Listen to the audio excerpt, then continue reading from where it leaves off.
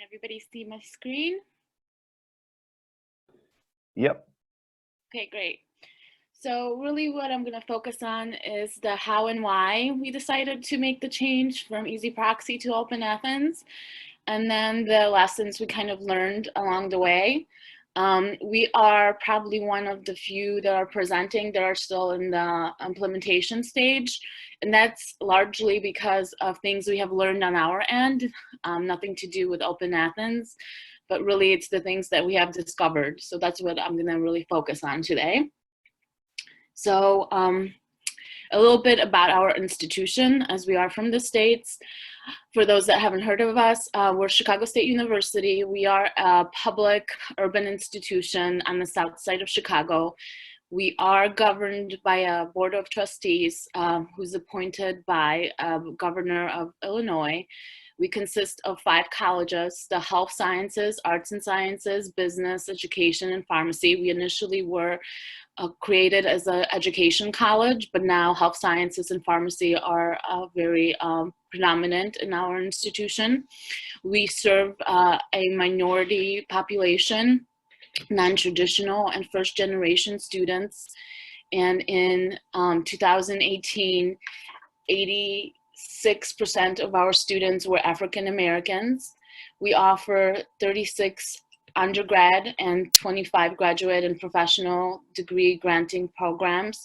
We have a division of continuing education and non-traditional degree programs. And then the 2 final points that I just want to stress is we declared financial exigency and experienced financial issues, as has our state, in the past couple years. So the money issues have played a role in us obtaining OpenAthens, and I'll go into that. And also another large part in obtaining OpenAthens is that we are heavily investing in online programs. And then just a little bit in terms of our size, our student population is about 3,000, so we're a smaller institution, and our faculty and staff make up about 300. And then in terms of the actual library that I serve, it's Gwendolyn Brook Library. And this is directly related to why we decided to obtain OpenAthens. In October of 2015, our webmaster, who was solely responsible for the EzProxy server, left the university. And because of the financial situation, no one new was hired for the position. The position was completely eliminated. And me, as the e-resources librarian and my systems librarian, were now responsible for the system. However, we did not have expertise in EzProxy, so that expertise was lost with the leaving of our webmaster. And now there were no quick fixes and updates to EzProxy. We would have to learn on the job, me and the systems librarian, how to make any changes. And this became really frustrating because things aren't stagnant in technology. Things are constantly changing. So the money from the webmaster position made it possible for us to really investigate a new system. And also, just to give you an idea of the financial situation, from 2012, we had a decrease of 13 librarians to 6 librarians in 2016. So getting the system was really important to us because we needed something that would replace really a person, something that was manageable, that would not take an entire individual to do. We needed basically a service that would do this work. And again, online programs are becoming more and more important. So remote access is becoming more and more important to e-resources. So OpenAthens, the why of it. So it's all about statistics, really. It's all about analytics. Administration wants stats to justify subscription to any and all resources.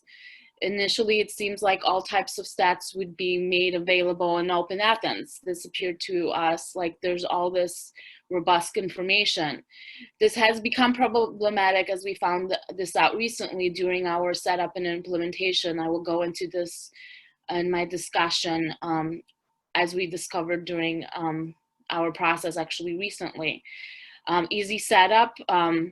This had to be a little bit redefined as the relationship with IT is essential, and we really didn't have something established. And again, I'll talk about this, but this was a selling point for us. But the main thing also was maintenance. Again, we would not have one person dedicated to maintaining a system. So having so much of the work done by OpenAthens was essential to us. It would become a role that I take on. So having an entire organization working on maintaining this would be an essential. And it was a huge part of why we decided to change from EzProxy, because right now the EzProxy is all on us. We have to do everything to make remote access possible. We have to read up all the documentation ourselves and do everything all on our own. Questions before we opted in. I think this is general, what anybody wants to know. New resources. At the time we were considering Canopy as a new resource. Will it use OpenAthens? Old resources, will they integrate with the system? Additionally, we didn't want to abandon our campus's authentication system that IT uses for all of our other products. We found out by talking to IT that we were using Shibboleth version 2.52. It was mentioned that it was in production during the time that we were considering OpenAthens. So this was something that we were considering before we agreed to do OpenAthens. And then pricing, obviously, is it something affordable? And for us, affordable had something to do with the webmaster's position. Is it something comparably to what we were paying our webmaster? And then pricing, and then we actually got a quote, and the start date for when we obtained OpenAthens was July of 2018. The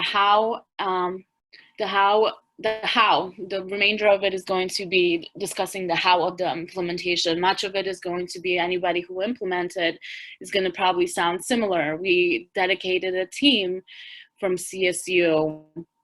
I was a part of the team, and I was responsible for the acquisition, setup, and I will be responsible for anything to do with resource addition or letting OpenAthens know to add things to the new resources when necessary.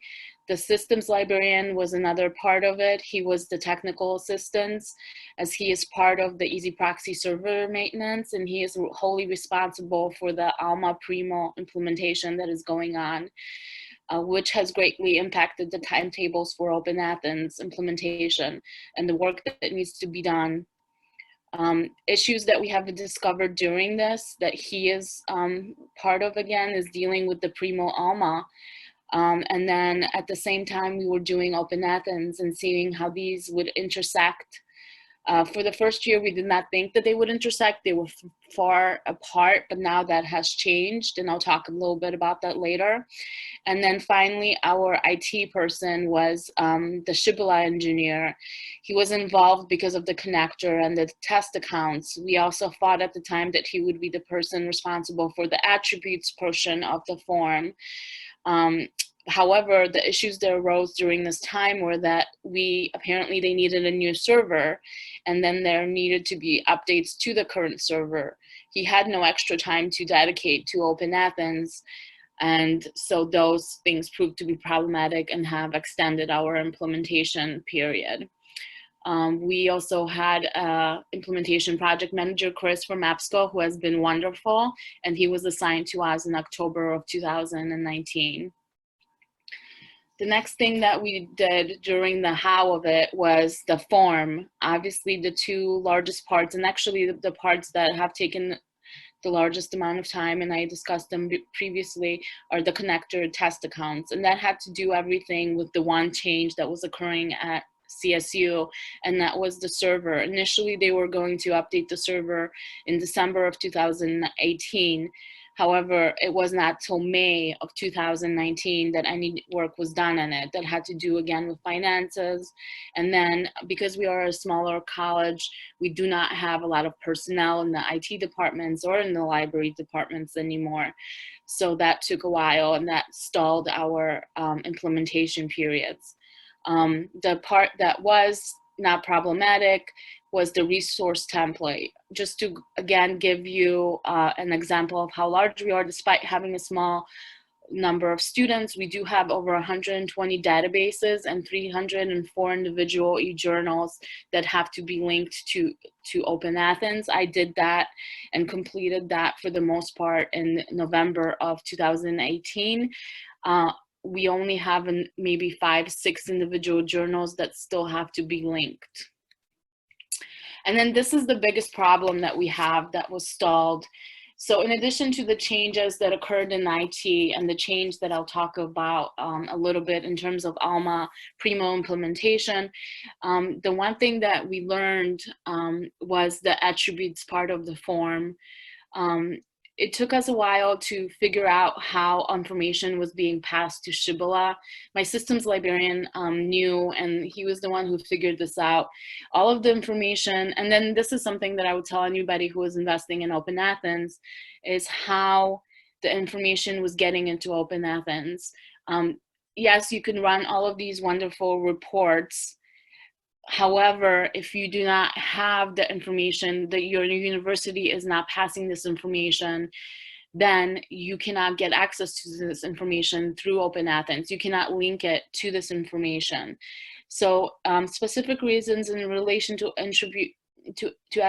attributes and how they relate to reporting and statistical reports. One of the reasons we acquired OpenAthens was because of its robust statistical usage reports. However, we were unaware that we would be limited to the information we would be transmitting to OpenAthens in the form of attributes. And we, in fact, had no knowledge that Shibboleth was obtaining very little information from Banner on our end. Once we did, we realized how little information was being transmitted, and we were then made aware that we did, in fact, have the ability to make the choices and add more attributes to Shibboleth, and therefore to transmit to OpenAthens. At this, so the diagram basically shows how that works, the fact that these reports can be passed. So initially, it was only a few attributes. So the spreadsheet shows some of the things. So initially, we were only told that we could pass to OpenAthens status, so like faculty, staff, undergrad, grad, and then for us, pharmacy was important, identifying the pharmacy students, because we have specific resources that are only allowed for pharmacy students to be used. And then we were also able to to provide information about like name, email, and that's pretty much it. We had very little information about any issues with values, but then the attributes, now we are told we could do a whole lot. So now we're kind of back to the drawing boards, and we're going to be passing more information to OpenAthens. So then, just to restate, things that really slowed us down, the interruption to our implementation was the IT issues with the server, and also just a lack of communication. We were kind of in little silos on our ends. Everybody was doing a bunch of different tasks at their time, and everybody's doing a lot at once. And that was what was really happening, and just trying to figure out who could do what at their time. And then the other big thing that actually occurred after we obtained OpenAthens is the Alma primo changeover. I'm actually really happy I heard the presentation preceding me, because that's what we're going to be dealing with. The consortium of academic and research libraries in Illinois, CARLI, of which CSU is a governing member, began its implementation of Alma primo and new information library system and discovery system. It has really resulted in the discussion of whether we wanted to make the necessary changes to URLs and so forth in both Voyager, our current ILS, and then in Alma, or just wait until Alma was rolled out in June of 2012. I'm sorry, 2020. So basically, we decided to stall our implementation of OpenAthens until Alma was rolled out, and roll them out both in June of 2020. And then our decision was basically cemented to just wait for the implementation when Carly announced that it would subsidize subscription to OpenAthens for all of its governing members to work with Alma and Primo, which I know is occurring currently. So just what Gwendolyn Brook Library learned and what the future is, we have about 5 individual journals still left to link to OpenAthens. We're going to set up an implementation task force to not only work with OpenAthens, but also see how it interacts with Primo, Alma. The systems librarian will now work with the banner engineer, which we didn't know who that was before. At least I didn't, to bring out more attributes to feed to OpenAthens. And then we have to deal with privacy issues with collection, with data collection. And really, ultimately, all of this is to correlate library utilization through the following attributes, such as total number of credits, status, grade range or GPA range, minor, major, and whether a student is international, whether they're online, age range, and gender, as we do have non-traditional students. So really, the whole thing is, it's all about showing utilization of the library. But my one takeaway is basically there's a lot of changes that happen in the process of the setup, and they can affect the impact of how something is set up and how it's whether or not you get your project done on time. And OpenAthens has been wonderful, and so has Chris, our project manager, but it's just taken a little bit longer for us to get things going because all these major things are occurring. But we are still dedicated to it because online programs are increasing, and we want to just make sure that our students have access to all these online resources. And EzProxy is no longer just doable for us. It's too bothersome, cumbersome for us to maintain without having somebody that's specially versed in it and that can do all the updates that are necessary. So are there any questions? Thanks very much for that, Joanna. That was a really interesting talk. We do have a few questions, and I think we have time for at least 1 or 2. Okay. So I've got a question here.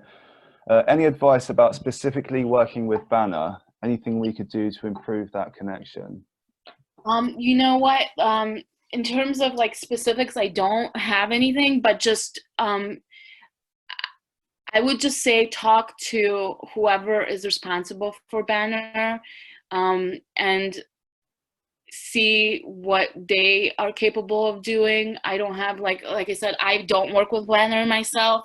I'm trying to learn more and more about it because on my end, all I know is that all the information that spits out is just that there's a ton of information, but just be aware of what information it provides. I mean, that's all I know. I know very little about Banner, so I'm sorry. I don't really, I don't create like information about it. But all I know is just be aware of it and just see how it can interact with OpenAthens. I know that you guys are like at OpenAthens are really knowledgeable about it. So I would go to you, or I would go to my institution, whoever's the engineer, because they do know a lot about it. If it wasn't an engineer asking that question already, so. Yeah. Okay, great. Yeah, and just a final question. Generally, so we heard from Karen Abel earlier about the outreach to publishers when setting up access to resources, and it's a really important step to consider because it's often the lengthiest part of an implementation. So is that something you've started? Is it something you've taken into account? And how is that kind of outreach going? Yeah, actually, that's part of the reason that everything is not linked yet, and also part of the reason that it's taken me so long. I kind of focused on the IT aspect, the issues that I was having, and the Alma Primo aspect of it. But one of the reasons that it took me so long is on my end, like I actually physically was able to, spend time trying to link all these resources, but some of them take like months. Because you're going back and forth trying to get the information that's necessary or talking to publishers. So what I'll say is the database so there, I kind of qualify them as two things, like the vendors that are database vendors, like the larger ones like AppSco and ProQuest and Sage, like they're more receptive versus the individual journal providers, like where you have one or two journals. And usually those are the ones that don't have really something already set up. And it's very hard. They're not in the federation. They're much harder to, you know, get them to do anything, to move towards anything. And you guys, you know, you can only help so much. And if ultimately there are some resources that just refuse to do it. And I think that's the other reality that I want everybody to kind of be aware of. You want it to be 100%, but ultimately it's not going to be 100%. Yeah, and that's a really good point. I think it's definitely a challenge across the industry. There's a real disparity when it comes to SAML expertise, not just across the industry, but also within organizations. So you have regional disparity about, you know, people's understanding of this technology, even within one office. So sometimes it's just pot luck whether you get in touch with the right person.